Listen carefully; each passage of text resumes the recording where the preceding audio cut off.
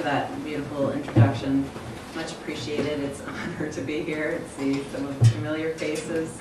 I'm particularly honored to be here with Cary and discussing with him. One, because it takes some of the pressure off me, right? And the second reason is because he's been such a incredibly committed, strong editor for this book.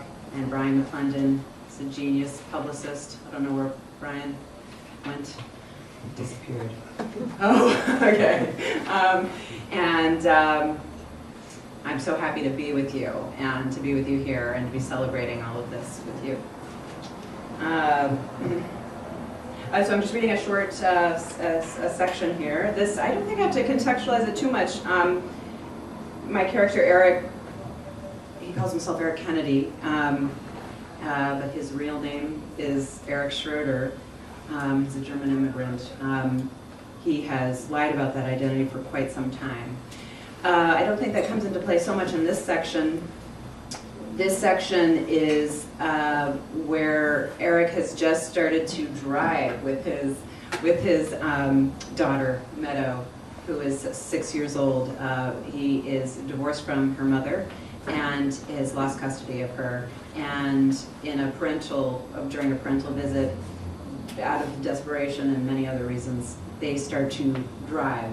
Eric invites her to go to Lake George. They live in Albany, to go to Lake George. And this section is called Most Beautiful Water. It's a part of it, talking about the beginning of their escape, kidnapping, whatever you would call it. Most Beautiful Water. The first white men who ever came across Lake George were handily captured, on account of them standing there gawking at its beauty. It's still an oceanic slate blue tableau when you come across it a half-hour's drive north of Saratoga Springs, propped there in the Adirondacks 320 feet above sea level. Its basin stretches from the town of Lake George all the way north to Ticonderoga, its western border a series of goofy little pleasure towns, filled with motels, water slides, and pancake houses. Driving northward, full of anticipation, Meadow and I sang. We sang our favorites like Yellow Submarine and Kentucky Woman. She'd been amused by the Mini Cooper we'd switched for my Saturn in Loudonville and did not ask any questions about why we were driving it or whether or not we were still being pursued by Pop-Pop. We were together again. It was easy. For the first time in a year, I felt some hope. I felt like I had finally taken back some control. No more rope-a-dope and divorce mediation. I knew that we were going to make it to Lake George. I knew that, and I didn't give a shit about what happened after that, frankly. It was unseasonably warm for June. We rolled the windows down and sailed our hands in the air. We didn't stop, and we didn't stop.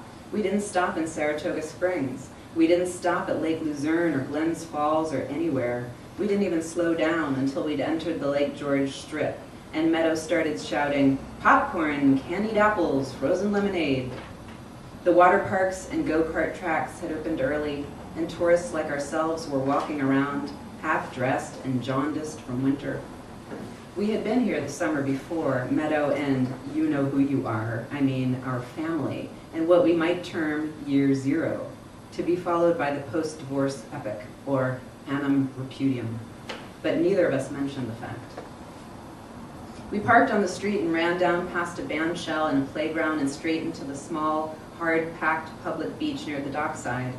Meadow wound her way through the sunbathers right out onto the sand and to my surprise waded into the water with her clothes on. She stopped only when the water soaked the hem of her tangerine-colored shorts. "Daddy," she cried, turning back to me, "it's cold." "Of course it's cold, silly," I said, rolling my khakis up to my knees. "It's 200 feet deep. Come on, let's buy you a suit." "No, Daddy, not yet." I smiled, secretly pleased, remembering how impossible it always was to tear her away from whatever her attention had seized upon, a bottle cap, a ladybug, the removal of sticker-backing goo from a glass bottle. I put my hands on my hips, and looked around at that crowd of bodies. Some were inching their way into the icy water, others were spreading out picnics, parcels of tin foil, coolers of ice, everyone trying to save a buck. bringing bologna sandwiches from home or smoking generic cigarettes like Basics or Viceroys, because we were all into it by then, the recession. We were all inside it or knew that we were about to be. An attractive young family was lounging close to the waterline near Meadow. I smiled at them, all four of them, that idealized American square, a large, good-looking father wrapped by the movements of the distant steamboats, a strawberry blonde mother in a sturdy bikini, a sarong wrapped around her waist, and two focused children digging in the sand. I said aloud in their direction, "A day like this just melts away the stress." The petite mother glanced my way. "It's too pretty today, isn't it?" she said. "My problem is, when it's this pretty, I just want to keep it. I just want to box it up and keep it and have it last forever." "Oh, don't think like that," I said, taking a step or two in her direction. "That'll just make you sad." She smiled, tilting her head slightly. "Anyway," I said, "you know where you keep a day like this? You keep it in your heart. That's the box you keep it in." My eye on Meadow, now almost up to her waist in Lake George, I grinned down at the women's children. "Hey, you two, you strike gold yet?" Below us, her children ignored me, just as her husband ignored me. The woman's cheeks reddened. I probably could have kissed her on the mouth, and he would have kept on muttering about the steamboats. I felt a rush of fellow feeling. My pity for her and for me and for her kids and for my kid and even for you, Laura, came over me in a wave so sudden and so felt that I almost lost my balance. I closed my eyes. I thought to myself. I clenched my hands open and shut. I feel I'm alive. When I opened my eyes, the woman was staring at me. "Are you all right?" she asked. "I'm great," I said. "Never better, in fact." Along the weathered dockside, people strolled quietly, but for the creaking of the dock boards and oars in their oarlocks, and the chanting of vendors and the distant churning of the steamboats, the crowd seemed hushed, awed. The world was softening, opening up. "Spring always feels like such a victory," I said, "like you did something good to deserve it." "That is so true," said the woman. "Plus, it was such an icy winter, icy and slushy and ooey." "One of the worst," I said, "at least in my personal history, but," I looked at her, "I guarantee you it's going to be an extraordinary summer." She smiled again, displaying two pearlescent front teeth with a pretty little gap. "Really? How do you know?" "I just do. Butterscotch," I called to Meadow. "Come back a bit towards shore, okay? The sign says no swimming." "There's no lifeguard yet." "I'm not swimming, Daddy," she called without turning. "I'm fishing." My friend and I exchanged a pair of knowing looks whose covert purpose was legitimate eye contact with one another. "I asked you and are you and your daughter staying at the lake?" the woman asked. "It's going to be a beautiful weekend, they say, unseasonably warm." "No," I sighed. "We've got to head home. We've got a long drive ahead of us." "Where's home?" "Canada." "Oh, you're Canadian?" The woman blushed again, and I detected a faint note of disappointment, as if she'd already become attached to me. "I always expect Canadians to look different, but they never do," she said. "It's how we speak," I said. "You have to wait until we start talking about how sorry we are." The woman laughed, sweeping her foot in the water. "And your girl's mother? She's back at home?" "Yes," I turned to face her. "My wife's back at home, waiting for us." In the background, my friend's husband dimly became aware of me. "She keeps calling us. How many miles left now? How many more hours? She misses us." "Of course she does," the woman said.